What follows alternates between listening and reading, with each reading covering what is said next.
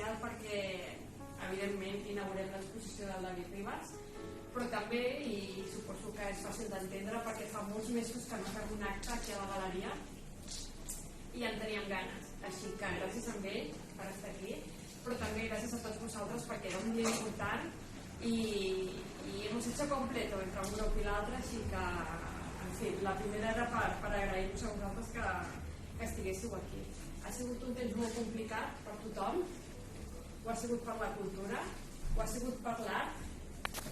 És curiós perquè la cultura jo crec que és una cosa segura, vull dir que la cultura és un espai per conversar, és un espai també de silenci, no? És un espai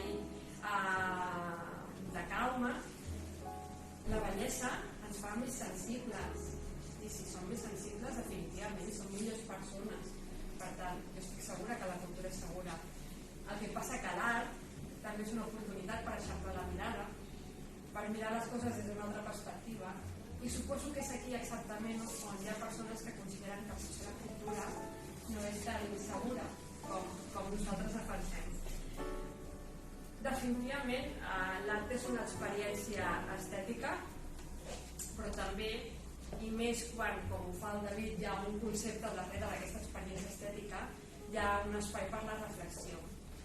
I quan hi ha reflexió sempre poden passar. Sempre pot passar de tot. Perdoneu, porto tot el vespre equivocar-me amb el nom de l'exposició, que no té cap sentit, però bé, la cosa està que sempre pot passar de tot. I ara sí que us parlo del David i la seva feina. El David, per qui no el conegui, és una persona amb una trajectòria positiva amplíssima, des de Barcelona al Japó, passant per Brussel·les i acabant al Marroc, així que té una trajectòria consolidada i simultàniament és una persona no només compromesa amb l'art, sinó que també és una persona compromesa amb l'art de guerrilla, podem dir-ho, o d'alguna manera amb fer de la cultura alguna cosa més que una experiència estètica. Ell no... vull dir-ho bé, com a activista cultural ha sigut fundador de l'Associació d'Artistes Plàstics Mediterranis de Safanut i també és fundador del col·lectiu Riudevilles Territori d'Art. Sant Pere de Riudevilles, el poble d'on ell és originari i que per cert organitza una bienal des de fa més de 20 anys, que si no la coneixeu us recomano que us acosteu perquè és un èxit de projecte i a més d'una qualitat magnífica. Ell, com us deia, d'aquest poble Sant Pere de Ribes hi viu i treballa. És un poble amb una llarga tradició d'indústria paperera, des del segle XVIII que hi ha molins de paper. Per tant, no és gratuït que, com veureu en aquesta sala, la majoria de les obres estan treballades sobre el paper. És el suport que més s'utilitza, excepte la sèrie aquesta que dona nom a l'exposició i aquesta obra principal. La resta està feta sobre paper. Un paper que, curiosament, està conservat des de pràcticament més de 60 anys, més o menys, i a mi em mou que una cosa antiga estigui reconvertida en una obra d'art contemporània. I això crec que diu ja molt a favor de la declaració d'intencions del David com a artista. De fet, més enllà de la singularitat de la seva obra plàstica, si algú li sona el mòbil, que no li faci vergonya si algú l'ha d'agafar. Més enllà de la seva proposta artística, que com veureu passa molt per una qüestió geomètrica i conceptual d'espais i també d'arquitectures, hi ha un concepte pròpiament darrere seu, i és la incorporació de paraules i frases que sovint incorpora a la seva obra i a les seves sèries. El mes de maig, parlant d'aquestes coses, em va dir, donades les actuals circumstàncies, crec que li donarem una volta al nom de la nostra exposició. Molt bé, li vaig dir jo. Va ser quan per primera vegada vaig sentir aquestes paraules que podeu llegir aquí. Sempre pot passar de tot. Naturalment, jo les vaig associar al que estava passant al moment present, però com que l'art és reinterpretació, ell em va explicar l'origen d'aquestes paraules, perquè el que jo no sabia és que la seva activitat grafitera passava d'alguna manera per manllevar paraules de poemaris o d'articles de premsa. Va ser així com em va enviar un article del periodista Enric Juliana escrit al desembre del 2015, que parlava de la convulsiva vida política catalana i acabava amb aquesta frase: sempre pot passar de tot. Naturalment ell la va portar al seu terreny i se la va fer seva d'alguna manera, i en el context actual doncs, evidentment té un sentit absolutament diferent. A nivell tècnic us diré que totes aquestes tipografies estan extretes de motlles que ell va recuperar d'un antic un marxant de vi, traficant de vi, que les feia servir per marcar les botes. Us deia que l'art és reinterpretació, així és com jo ho considero, però penso que tan bona és la reinterpretació de la mà que executa l'obra com de l'espectador que l'observa. I com a tal jo dono per bona la meva pròpia reinterpretació, que penso que quan diem sempre pot passar de tot, o quan ho diu ell o quan me la faig jo meva, és no una qüestió de resignar-me a fer unes actuals circumstàncies, sinó de veure les possibilitats infinites que tenim davant d'una nova situació o que tenim davant d'un paper en blanc. Jo deixo aquí, deixo que sigui ara que us expliqui 4 cosetes de l'exposició. Insisteixo, gràcies per estar aquí, era un dia important per nosaltres, i gràcies a mi per venir a aquest racó del Vallès i portar el teu talent cap a Artemisia. Els que no conegueu el projecte Artemisia, 4 cosetes molt ràpides. A baix hi ha una segona sala que està al fons de la galeria, podeu passejar el que vulgueu per tot l'espai, i us convido també a que visiteu les nostres xarxes socials. Aquesta ha sigut una època molt complicada, no hem tingut activitat a la sala però n'hem tingut molta al canal YouTube, així que si voleu conèixer una mica més el projecte d'Artemisia i de la gent que hi formem part, doncs us convido a que visiteu les nostres xarxes socials. I ara sí, ho deixo aquí, us deixo amb el David. Gràcies a tots.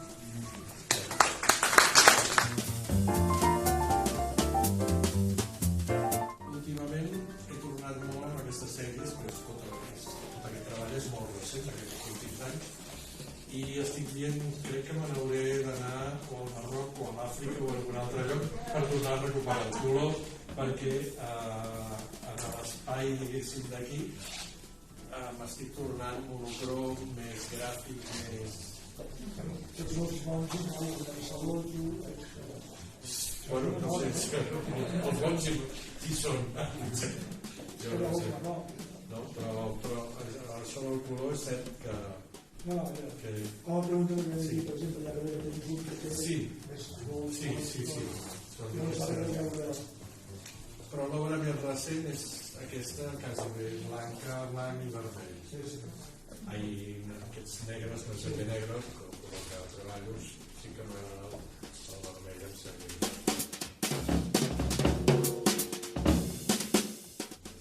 Per exemple, he dit que el nom de l'exposició, el triar aquest color. Sí, ho vaig pensar també, però vaig voler evitar els ocres. O sigui, ho vaig fer bastant a consciència. Més feia la broma allò negre i vermell com la CNT. És reivindicatiu, no? Tenint en compte les propostes polítiques que tenim en aquest país, que no hi ha cap que es mereixi gran confiança, dic, bueno, doncs hagamos una cosa que sigui més radical, no?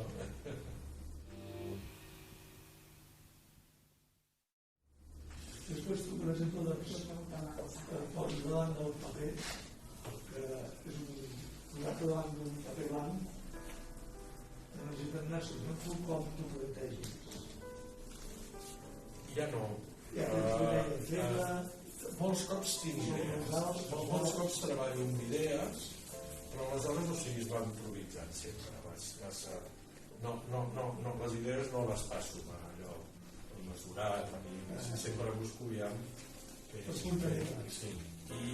reduir coses, no? Com més senzill, que és lo difícil. Sí, molt clar. I aleshores treballo molts papers alhora. És quasi bé que això creo un caos d'idees i vaig una mica manllevant d'aquí, d'allà, miro. Hi ha coses que a vegades les fas i no em donaries absolutament res, d'altres que et semblen que estàs fent una peça allò, aquesta l'estic clavant, el dia següent de la mires i aquella que no havia, que s'ha quedat allà decorada. Al cap del temps te la mires i hi trobes una sortida, no? Un camí. Sempre pot passar de tot. No solament és un article de Juliana, no una frase d'una situació política de fa uns anys, doncs estem igual, sinó que a l'hora del meu treball també ho puc explicar perfectament. Llavors, com començo una cosa i no sé com acabaré. Ara el títol seria el que pot passar tot i més. I més. Esperem el més, no? David, yo voy a decir una cosa, pero ahora ya de los cuadros hacen ya son una firma teva, porque ya té una personalitat, i això queda clar. Però clar, no havia vist la firma, però ara l'estic veient. És sempre en vertical. Sí. Aquests em sembla que estan firmats. No sé si en totes no. Però els que estan embarcats sí, perquè abans d'embarcar. Sí, clar. No? I el lateral? Sí, està firmat. No. Bueno, però això és fàcil, Sí, no? No és que... Sí, però normalment ho faig en vertical. Sí, clar. No m'agrada que les firmes, ja m'agrada que els quadres i veus la firma. El primer que veus és la firma, no? Està bé. Tens aquesta... No, els firmo, Sí, no, ara ho he vist. És la Cristina fa un certificat d'autoria, d'autenticitat.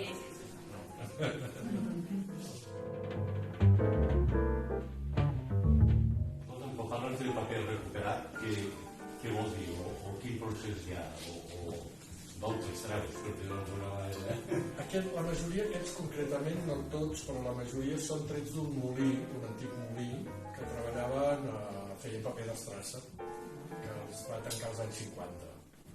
Aleshores, jo fa uns anys els vaig controlar i els vaig anar recuperant, em van donar a taxi. Però diguéssim, i a més és un paper que ja es feia de paper i especialment d'espardenyes. O sigui, aquest molí trituraven cordes, espardenya, draps, era molt bàsic, però que abans es recuperava tot. O sigui, tot el paper que es feia aquí a Catalunya era de draps. Els trapaires feien la feina de recollir, classificar i servir els molins. I els molins tornaven a... Rarament no es feia amb pasta verge com ara hi ha molins que sí que es treballa amb pasta verge, com a Brasil, i al nord d'Europa, hi ha molt... Però abans, als anys 60... La roba ja no és cotó-cotó.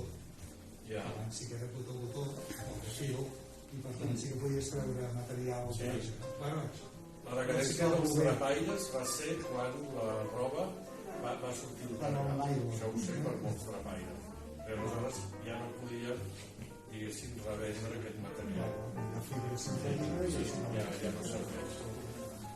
I el drapaire el que deia això, o sigui, classificava el lli, el millor paper era el de lli, el cotó anava fent diverses categories fins a les espardenyes. Antigament les espardenyes va acabar quan hi van posar sobre la goma.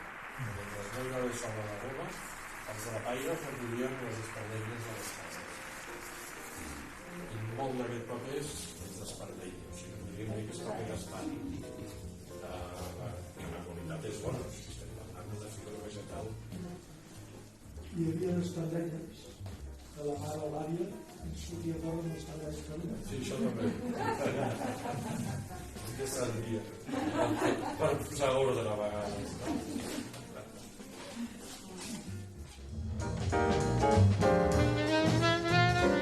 Em sap greu que és una inauguració sense cava, cosa poc habitual en aquest espai, però ho hem de fer d'aquesta manera. Els que no ho heu baixat, a baix hi ha 3 obres més al darrere, a part del fons de la galeria, i està per aquí pel que necessiteu, i us pregaré que les 8 mai havia passat això, que jo li digués a algú que marxi de la sala, però tenim un altre fins la Si tenim que tornar, podem anar a fer una...